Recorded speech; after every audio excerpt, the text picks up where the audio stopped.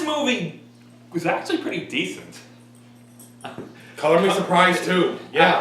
I mean, I was dreading this, but, you know, this was definitely a step in the right direction.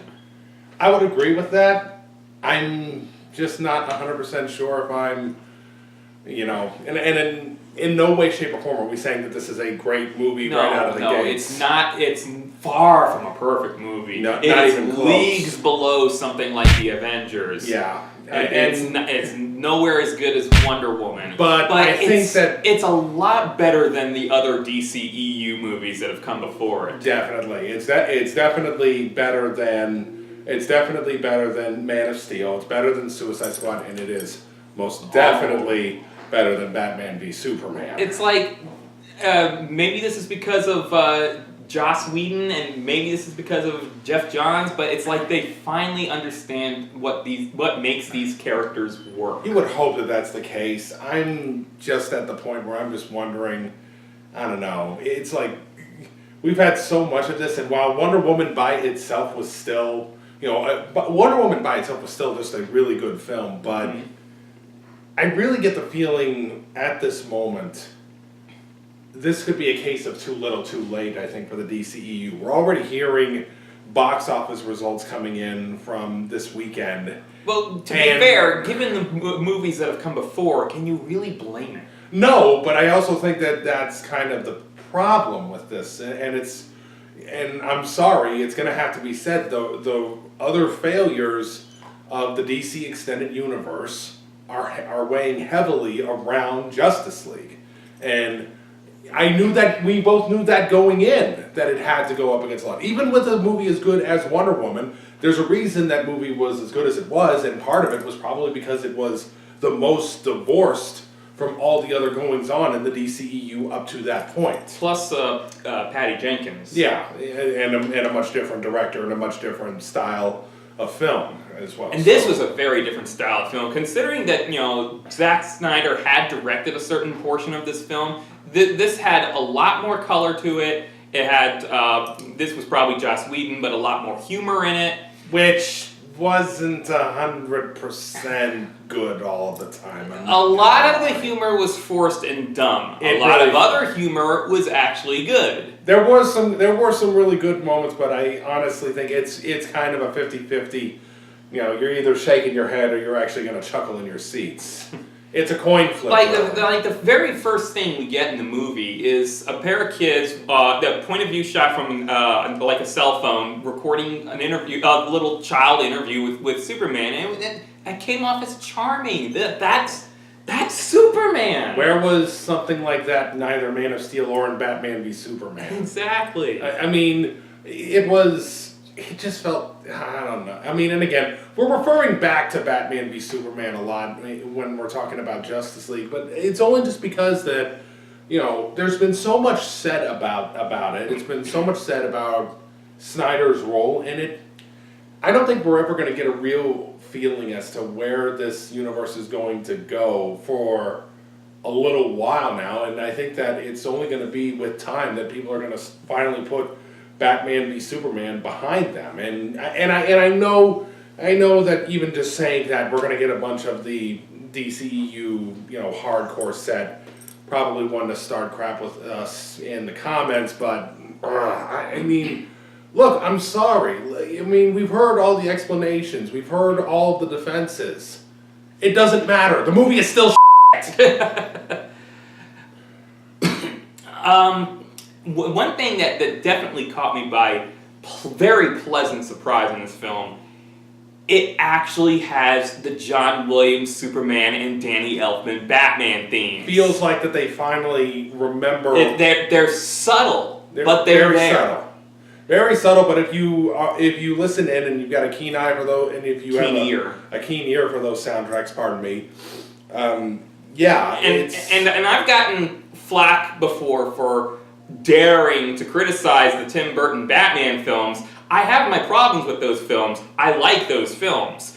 And one of the strongest aspects of those films was definitely the Batman theme. Which was somewhat, modified for the Batman animated series. It very much inspired by. Shirley Walker came up with a very different Batman theme, but was similar to it was very much a similar composition, similar sounding, but at least in regards to just how the theme sounded in sort of an instrumentation sense. Very brassy, very bold. Mm-hmm. Starting subtle and then just coming in with the power, just like the Elfman theme. Kind of. Let's also go over the actors. I mean, once again, Ben Affleck is Ben Affleck. I've even said on several occasions that any of the problems that I have with Batman v Superman don't come from Ben Affleck. Ben Affleck is perfectly fine. And another pleasant surprise, this time around, he actually allowed Batman to be funny. Not like hysterically funny or not even entirely stupid funny, but it made him human. Yeah, and I think that's one of the things that so many people forget. I had this conversation, with someone a little while ago. I think one of the biggest problems that DC has always had, at least the DC films have always had, is the fact that they cast for their hero rather than the guy underneath. Exactly. Well, that's a real big thing with DC heroes is that the hero usually is put before the person underneath, whereas with Marvel the emphasis is more on the person underneath. Well, that's true, but I think as well when you're also talking about a character like Batman, when you're talking about Bruce Wayne is Batman, and I think that if you do not have a good Bruce Wayne, the character can kind of come to pieces a little bit.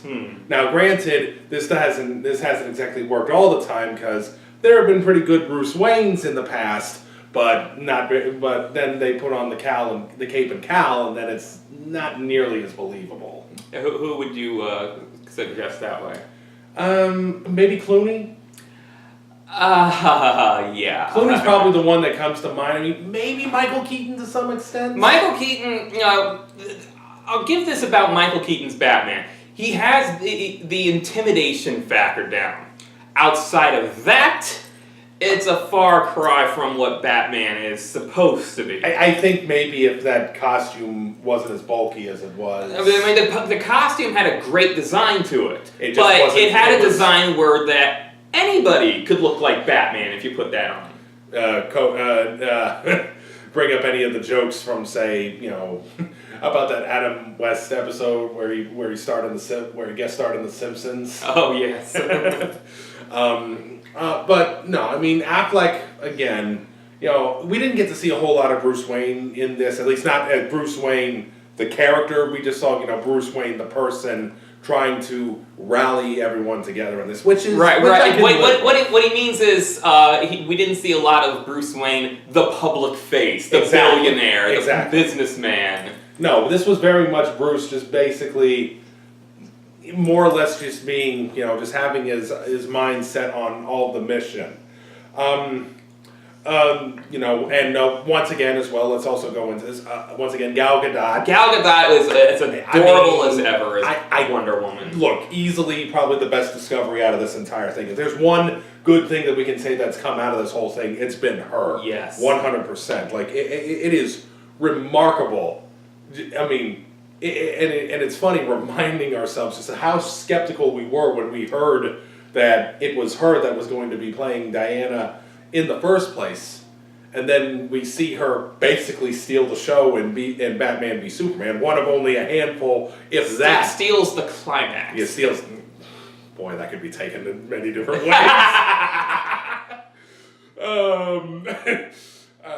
Maybe we edit that one out. But no, I mean, and of course, Wonder Woman, as we said earlier, probably the best DCEU movie by far. Mm-hmm. So, and a lot of it has to do with just Gal Gadot's presence, and it's her presence, it's the look that she has, it's her tone of speaking, which is not something I think I would have expected, but it works. Darn it if the dang thing doesn't work. Now we probably have to come to one of the parts that we we're kind of 50-50 on Ezra Miller as Barry Allen. Now, let me say, in spite of certain reviews that this film has gotten, he's gotten sort of amount of praise in some reviews for his performance. Ezra Miller does a good job. It's the character that I hate in this. The characterization is very lacking. Now, I am all for the Flash being the source of humor on this team. Because that's how we've seen Flash be for, pretty much a lot of interpretations of his characters in the 90s. But they took it way too far for this film. Aside from a couple of scenes with his dad, every line out of his mouth is some kind of joke. A dumb joke. One that really that kind of breaks kind of a scene flow. Yeah, like throughout the movie, instead of thinking, the popular meme, "Damn it, Barry," I'm thinking, "Shut up, Barry." I mean, I certainly think that maybe in another movie, maybe he won't be nearly as obnoxious.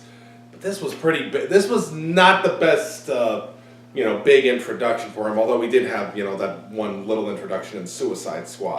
Yeah, about that. There are some inconsistencies in this film. Like, well, one example off the top of my head, in his first mission on the team, he says that he doesn't really fight bad guys. He just pushes innocents out of the way of danger, such and such. Explain the fight with Captain Boomerang. No honor among thieves, eh? How do you explain that? I mean, is this a case of spaces warped and time is bendable or something? I have You no want idea. spaces warped and time is bendable. Oh boy, I knew you were going to bring this up. There's a point in the film where... Spoiler alert, by the way. This review will have spoilers. Woo, spoiler. There's a point in this film where they go to the government facility where they have the Kryptonian ship, and they're using that to bring Superman back to life. Spoilers from Batman v Superman. At this point. I'm sure there's some people that haven't seen it, but whatever. Probably not. And it's nighttime when they start this mission, and they use a mother box and Barry's flash powers to sort of jumpstart Superman. By the time Superman jumps out of the ship and into the city, it's daylight already. They couldn't have been in there more than half an hour. And then add to that when they bring in Lois, and then Clark and Lois, fly away, and then they arrive in Kansas. It looks like that the sun is setting.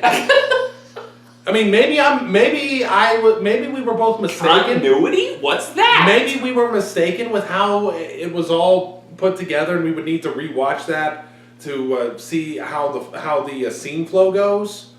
But I don't know. That just seemed. I don't know. Maybe that was something that Zach had done originally, and then Joss had punched it up or something. I have no idea. And another thing I hate about this Barry Allen, the costume. That is the most overdone, complicated Flash costume.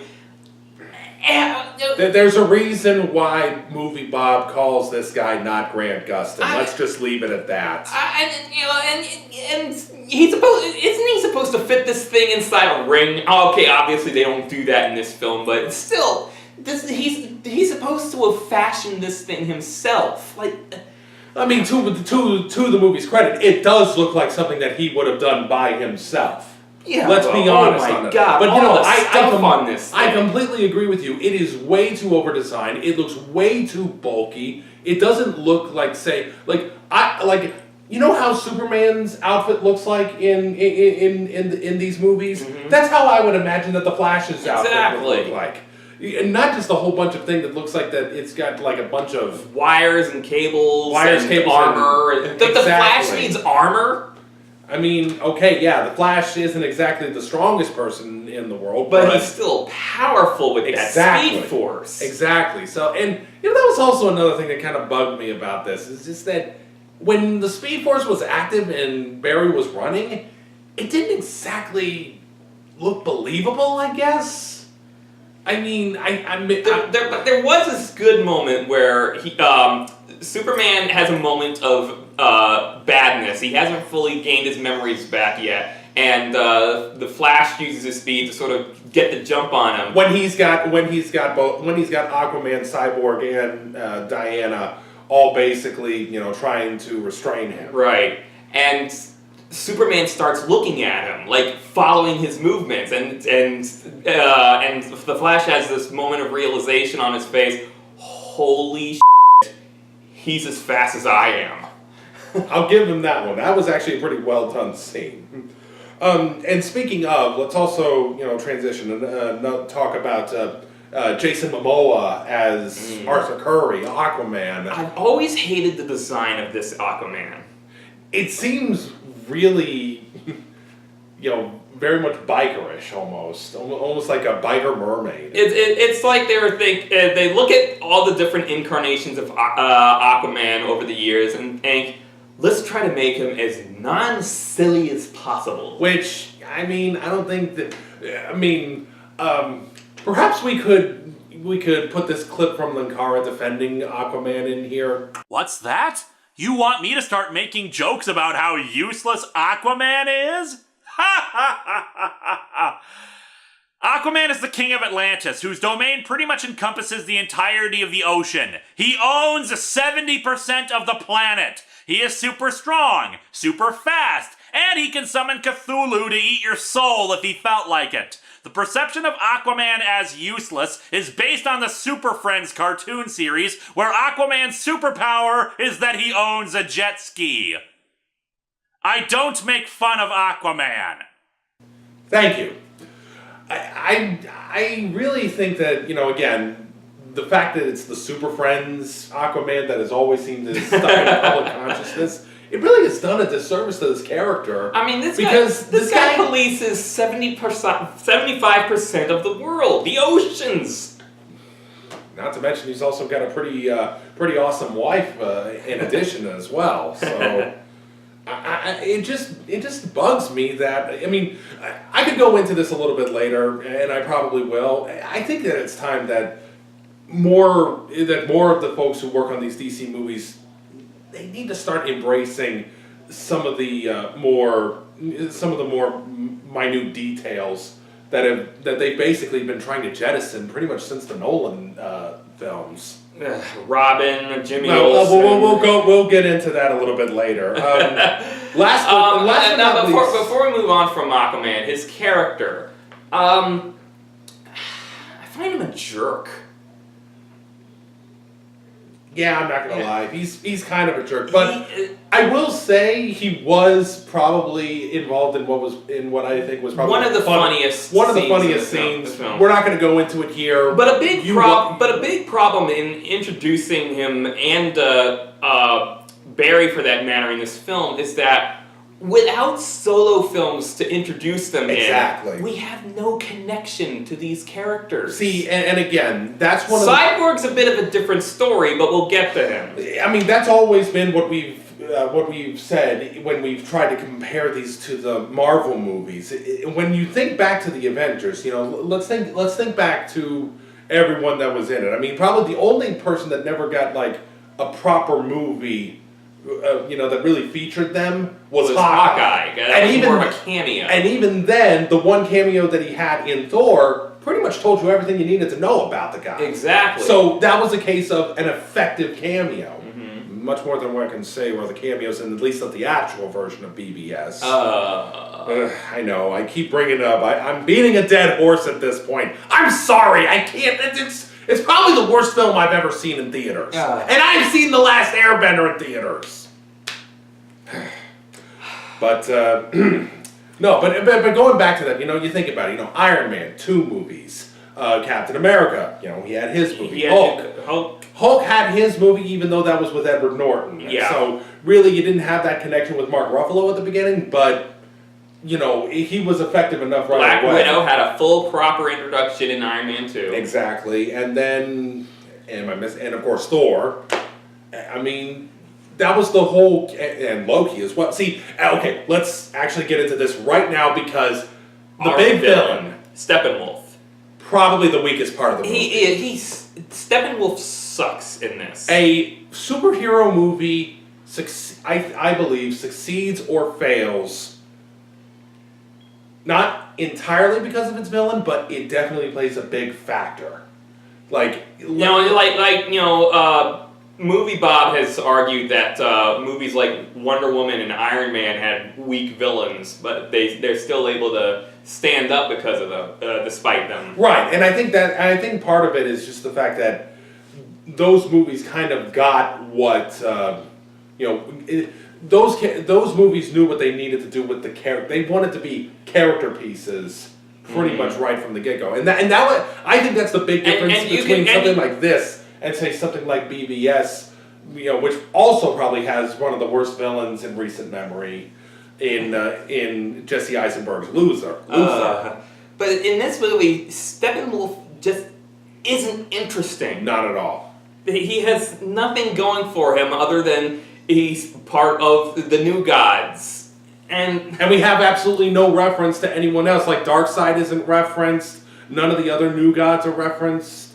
And they've already said that that stuff was probably either in what was the original plan's second movie, or tossed out of the script once Zack Snyder stepped down from the movie. But not here. He's just I'm the evil bad guy. It's very, very stock villain. Like it's not even. In fact, his arrival on Earth seems practically ripped out of Loki's arrival at the start of Avengers. And this isn't even the start of the movie. No, it's already, the first act is already probably done at that point. Yeah. One nice little moment I caught during his backstory with this war against him and all these other races, Atlanteans, Amazons, men, and even Green Lanterns. It was a bit of a surprise, but once you saw that green power just all of a sudden pop up, you're just like, hey, wait a second. And you see a ring, and I mean, it's just like, okay, at this point you kind of wonder, though, if they do another Green Lantern movie. Green Lantern Corps, they're calling it. Okay, so then that probably means I wouldn't be surprised if that's the case. Maybe they do Kyle Rayner, maybe Jon Stewart. Heck, maybe they bring in the new Green Lantern from the comics, Jessica Cruz. I mean, anything to wash away the taste of the Ryan Reynolds Green Lantern. Nothing against Hal Jordan, of course. Of course, it was just a project that was doomed from the start. Unfortunately, Reynolds is a good actor. I don't see him as Hal. Hal is very kind of square. Is kind of square-jawed, old-fashioned type. That's not Ryan Reynolds. So let's. What about Cyborg? Cyborg, yes. I've always been outspoken of the opinion that if you're gonna have Cyborg, introduce him as a Teen Titan, and because I don't want to spark any outrages here on these kind of comments, but I feel the only reason that DC has been pushing this whole Cyborg starts out as a Justice Leaguer thing is because they want a black guy on the team. Now, I'm not against that. I'm not a racist. I want a black guy on the team. Yeah, let's just pump the brakes on that. And I know that probably sounds bad to a lot of folks. I think that what you're trying to say in this is just that. The sad fact is that DC has a very small pool of black characters. Unfortunate. Cyborg is one of them. He is one of the more notable ones. Vixen is another one, but I would be all for if in some alternate universe that they had done a Teen Titans movie to introduce him in, and then later graduate him to the Justice League. Which I think a lot of folks would have been approving of. I mean, I understand that you've got your own things to do, but it's. I don't know. It's just now. And please, let's be at least honest about this. We're not trying to be one of those, one of those folks that's trying to, rail on, the Marvel diversity initiative. No. I mean, Marvel has not. great diversity. No, absolutely not. Let's at least be honest about that. I mean, let's keep. But I feel that if they desperately wanted a black guy in this film, cast a black guy as Martian Manhunter and have his John Jones persona be a black guy. They've done it before. They did it in Justice League Doom. They did it on Smallville. There's no reason to think that can't work. It seems like that would be just a perfectly logical way of getting it to work. Some people will, have argued, Martian Manhunter's powers are too similar to Superman's. Well, so are Wonder Woman's. And I don't recall Superman shape-shifting or phasing through walls or turning invisible or whatever. And some people have even said, well, you can't have Martian Manhunter be a black guy and call it okay, because then he's not really a black guy. He's just posing as a black guy. Well, at the same time, it's also just yes, it's supposed to be his secret identity, but at the same time, he has to choose that identity. So, the fact that he chooses that identity in the first place, says something about that. And I would think that he would put in a lot of research into that. Absolutely. I mean, if DC The New Frontier was any indication. But I mean, he would probably consider racial identification, because he himself would have to be somewhat familiar with other Martian races. He's a green Martian. There are white Martians. There you go. So moving on from that. But as to Cyborg himself, he was fine in this movie. He was perfectly fine. If any of these members was going to be introduced in this film, it would have probably been him. And especially since it turns out that a lot of his construction, the construction of his body was made in part because of the mother box. Mm-hmm. That's pretty much a reasonable way to introduce him, I think. Mm-hmm.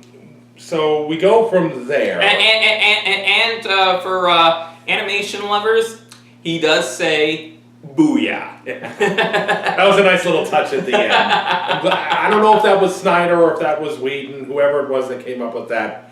Thank you. That was a nice little touch. Moving on from that, just one thing I'll say about this movie is that the editing, while not as haphazard and as rough as Batman v Superman, you could definitely tell that this was something that Joss Whedon really got to when it was mostly done. You can definitely feel it. I mean, I've heard some people call this movie very inconsistent. I'd be wrong in saying that, I don't disagree with that. I definitely feel like that, the tone is kind of all over the place. The characterizations stay fairly consistent throughout, but just the overall tone and really kind of the CGI quality. The CGI quality was the big climactic battle was a CGI mess. A CGI mess, and and I know that folks are going to hate me for bringing this up, but think again about the Avengers. Mm-hmm. Think about how that whole battle started. Think about the big moment when Banner hulks out. You knew what was going on. You knew where everyone was, and it felt exciting. This one here is just green screen, red Russia village. There aren't even people running around or anything. Just this one little family that they save. And I think that the point of Superman coming in back in his full costume and everything. And the costume looks great this time. It does. It's brighter, and the S shield practically glows. Which, let's face it, that's good. But his appearance just almost feels like, oh hey, Superman's here now. and again, I think that's just the weight of all the other movies just kind of weighing it down. And I feel kind of bad saying that because I'm still someone who actually does kind of give a little bit of a pass to Man of Steel. I actually do still like that movie, I think, more than others, even though I am completely aware that movie is flawed to high heaven. This movie is pretty damn flawed as well. It is. I mean, if I had to pick one over the other, I'd probably pick this one. Man of Steel probably is slightly underneath it, with Suicide Squad and Batman v Superman at the lower tier. Very low. And BVS being about absolutely as low as you can go. And again, I apologize to anyone who's just, I know that you come here not to hear us rail about these bad movies, but let's face reality here, folks. That movie has become just an absolute millstone around the DCEU's neck. And this is actually a point that I want to get into. We're already hearing reports about this being a pretty disappointing opening. And in a lot of ways, I do think that, that's one of the reasons that I feel kind of disappointed in this movie. Don't get me wrong, I did enjoy it, but I'm not going to say that I absolutely loved it. This is a goddamn Justice League movie, for crying out loud. I should be feeling excitement. I should be feeling the same way we felt with the Avengers. Exactly. Maybe more so because these characters are, probably the more gods. They are more iconic than the Marvel heroes. And the fact that we're not feeling that, well, shoot, man. I mean, what am I supposed to do with that?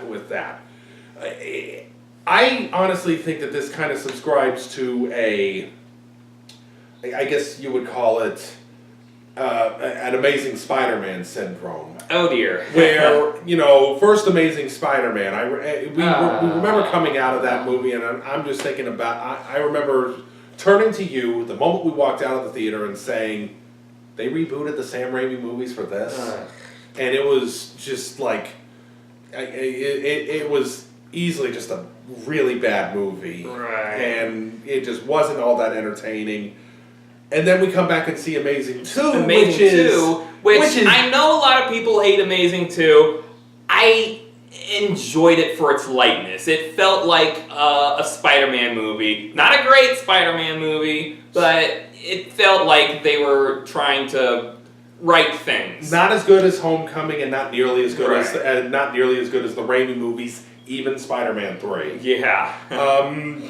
There was a sense of fun to Spider-Man 2. There was. But unfortunately, by that point, I think that the well for that series had been thoroughly poisoned. And I'm kind of wondering if the same thing is happening here with the DC movies. Now, granted, it's not necessarily that because, let's face it, Wonder Woman was a huge hit this year. Probably one of the biggest superhero hits of all time. And that's something that DC can hold over Marvel, that they got to a female-led superhero movie first and actually did it damn well. They can definitely hold that over Marvel from now until the end of time. But at the same time, you've also got your other two members of your Trinity basically jogging in place. Like let's face reality. Let's face it. There hasn't been a good Batman movie. There hasn't been a great Batman movie since The Dark Knight. You could maybe argue that there hasn't been a great. You could argue that there hasn't been a great Superman movie since the original. since the Richard Donner one, I should say. I mean, a lot of people give high praise to Superman 2, but Superman 2 has honestly suffered a very similar fate to this, with two different directors. Yeah, you could definitely feel that. I mean, we might see something down the line where we might see a Snyder cut and a Whedon cut for this movie. Oh, I hope not. I don't know. I would honestly be curious to see how that would look, but I mean, again, this isn't supposed to be about, the past movies, but I definitely think that it's a concern going forward. Now, I know that Warner Brothers has their own streaming service going up here soon. They're going to be doing a live-action Titans series with that, so I'm certainly curious about that. But I'm also wondering, what are they going to do about these movies? You have it now set up where you could probably do it, but here's a lot of the questions. Is Henry Cavill going to stick around for this, even though that a lot of folks think that maybe he's not a very good Superman? Ben Affleck looks, just from everything I've been hearing, is almost like he sounded like he wants to find a way out of this, especially after his... Cue the sad Affleck meme. Well, the interesting thing is that... Hello, darkness, my old friend. I've come to talk with you again. Because a vision softly creeping... Especially after hearing, about him being kicked off production or writing for the Batman. Which, by the way, also had a pretty nice teaser for at the tail end. Yeah, a post-credit scene for once. Yeah, but we finally got a mid-credits and a post-credits scene in this series of films. It's a pretty good one. Our mid-credits scene was an amusing one. Was very amusing. We get a race between Superman and the Flash. That was cute. Nothing original, but hey, you know what? Fun to see that in live action. That was fun to see. Our post-credits scene, we see Jesse Eisenberg, Lex Luthor, escaping from Arkham Asylum and meeting with one Slade Wilson, Deathstroke the Terminator. I'll say this much. Deathstroke's costume actually looked pretty awesome. And it's been a long weekend for me. I had a lot of stuff going on. I guess maybe I did a double take originally because I saw him pull it off and I saw the hair mask off, and I had to do a double take. I thought for a nanosecond, for a absolute split second, hey, wait a minute, they didn't get Ron Perlman to play Slade, which would have been all sorts of awesome. Let's be fair. That would have been, yeah. But I'm not going to complain about that. Instead, they got Flash Thompson. Yeah, Flash Thompson from the Raimi movies. From Spider-Man 1. Yeah, that's the same guy. But hey, I'm not complaining. That looks like he fits well. Yeah, I would have pegged that he would probably be too young for Slade Wilson, but again, Slade Wilson is a very physically fit guy. That's true. But yeah, my only question about this is just kind of what is the plan going forward, especially for the Batman movies. I think that here's something. Well, we know that they're doing the Batman, and that Deathstroke will be the villain in it. Now the question, of course, now becomes who's going to be Batman in that. I've heard rumors that Affleck wants to get out. I've heard maybe some folks popping up that maybe Jake Gyllenhaal is going to be someone who might play him in that. That would kind of make sense. His sister was in a Batman movie. There you go. But here's something that I kind of want going forward with the Batman movies, and it goes back to a point I brought up early. I think it's high time that we finally stop dancing around the whole Bat family thing. It's time to embrace these characters and make them a part of the broader DC universe. Like, I'm sorry. Say everything that you want about Dick Grayson, age whatever. Say anything that you want about him. He is as much a part of Batman the way that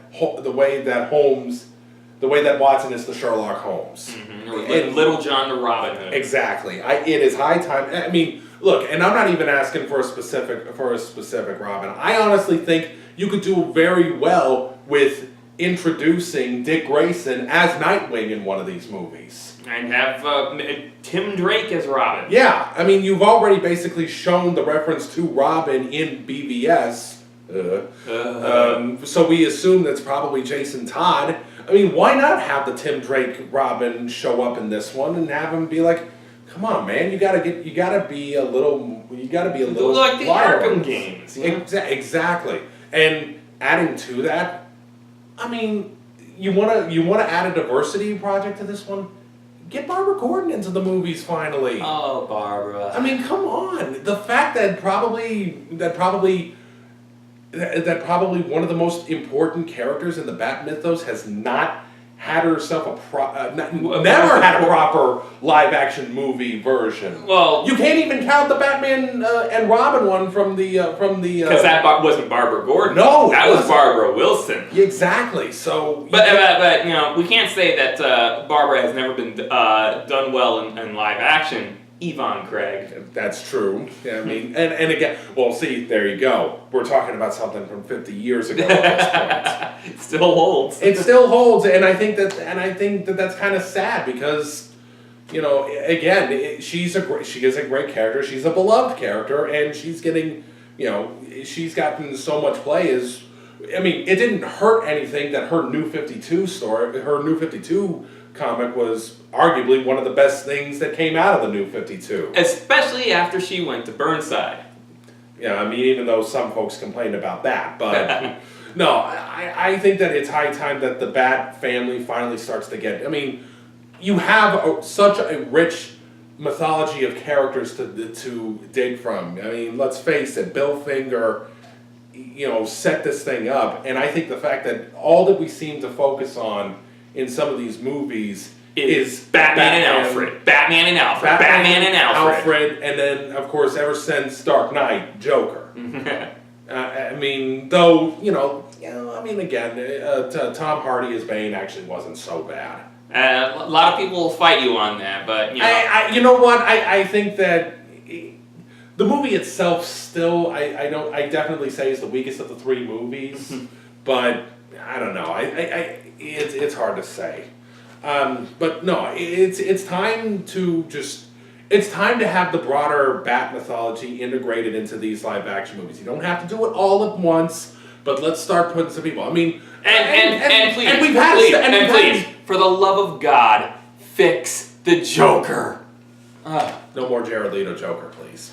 I mean, and I bring that up. You know, they made a step with that because they had J.K. Simmons as Commissioner Gordon, which, you know, again, you know, not as good as Gary Oldman's Commissioner Gordon. Probably because he didn't get nearly as much to do. Let's just probably, but still, this is another case of how can we connect with this character if this is the first time we're meeting him. There you go. No, and I think that look, you've got Jim Gordon there now. You need to have Barbara Gordon. I didn't have as much of a problem with that in Nolan's films because it obviously showed that, you know, that Jim had much younger kids. Yeah. So it was really something that I don't think that any of us that we had a problem that they didn't eventually get to Barbara. Well, you know. When the Dark Knight series began, I had anticipated that this would be a long-running series and that later down the line we might eventually get to Barbara, but no, they kept it as a trilogy. Kept it as a trilogy. Maybe they could have done something, but I don't know. But that's my whole thought. It's just time. It's just time to start embracing some of the more lighter elements of these franchises. Like, there's a reason that Marvel is king of the world right now in regards to movies. When it comes to shared universe movies. Exactly. And I think that everyone is wondering, you know, when they try to do these shared universe, you know, kind of like how Universal with their Dark Universe stuff. And DC God, talk about a failure out of the gate. Like, people are trying to figure out how to make this work, and it's just like, but here's the problem with people when they try to do that. They always want to get straight to crossing over. They never want to focus on setting up a good movie first. Right. And the biggest problem I think that's going on with the Dark Universe right now, they're not horror movies. They're action movies. Make these horror movies. I think it should probably be a blend of the two because to do straight up horror nowadays with those characters is can be tricky. A little passe. No two ways can be about tricky. That. But you cannot just make this a pure superhero style movie with those characters. You have to find a way. You got to balance it. You have to balance it. Unfortunately, Universal or whoever it is that's in charge of this just isn't interested in the whole thing. Now, if Del Toro was running the show, he probably would be able to figure that out easily. But I know who does seem to be having a decent start at the moment is Legendary with their Monsterverse. I mean, yeah, people talk about the Godzilla film 50-50, but Kong Skull Island was a heck of a lot of fun, and that, I mean, on its own, the tease at the end. Oh my God! It was the important thing that it was as itself a good movie first and foremost. I'm not sure about good movie, but fun movie. And an entertaining movie. Yes. Yeah, like that's the important thing that you want to do, that you want to have in these sets. But you know, I certainly hope that this is a sign that maybe things are finally turning. Maybe the tides are finally starting to change for DC, because I mean, let's be honest. I mean, we've been accused of being Marvel fanboys on this channel. No one wants these DC movies to succeed more than we do. Mm-hmm. And I think the fact that you know, we even said during the Wonder Woman review that, you know, we were happy as all hell that we actually had a good one of these to talk about. So why shouldn't we be happy that it's finally? I mean, I still consider this movie a disappointment because of what it should be and because of what the title represents. But I think that given what we've had before and what we have right now, it's like, you know, let's see if they can keep things going in the right direction. But we were talking about moving forward in the series. Like I said, we have the Batman, and we have the Flash, which is going to be an adaptation of Flashpoint, which we don't know the details of just yet. But right. That title definitely gives off some thoughts about what it could be. For those who aren't 100% aware, Flashpoint was the story that essentially kicked off the New 52. For better or for Damn worse. Damn it, Barry. Damn it, Didio. And of course, we have Green Lantern Corps at some point. At some point. We don't know, you know, again, probably we'll have more of the newer Lanterns like Stewart and Rayner. Maybe Jessica Cruz, I don't know. And we have Aquaman at some point. And that will be interesting to see. Of course, the question just now becomes, you know, do these movies get made? Are they successful? Are they good? And I certainly hope that that's the case. We want, I mean, look, having a DC universe and a Marvel universe both in the theaters at the same time and doing great, I can't imagine, I mean, I can't imagine that being a net negative.